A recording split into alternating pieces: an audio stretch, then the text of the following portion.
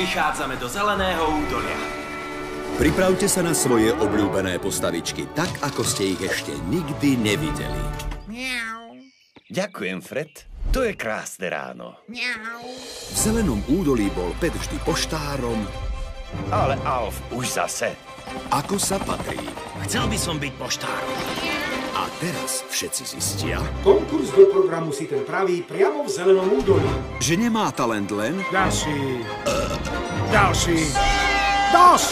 na doručovanie pošty. Pozrite, Ervin, náš zamestnanec je v televízii.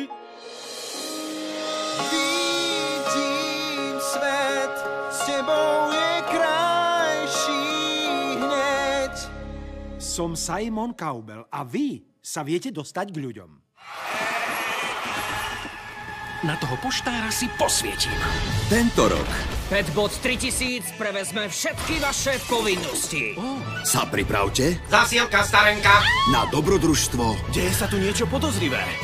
pre celú rodinu. Pre poštára je najdôležitejšie ovládnuť svet. Myslel som skôr byť priateľský.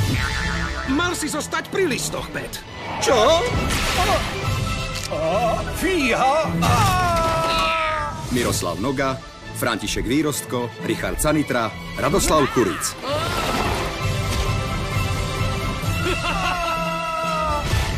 Poštár Pet vo filme. V kinách od 7. augusta.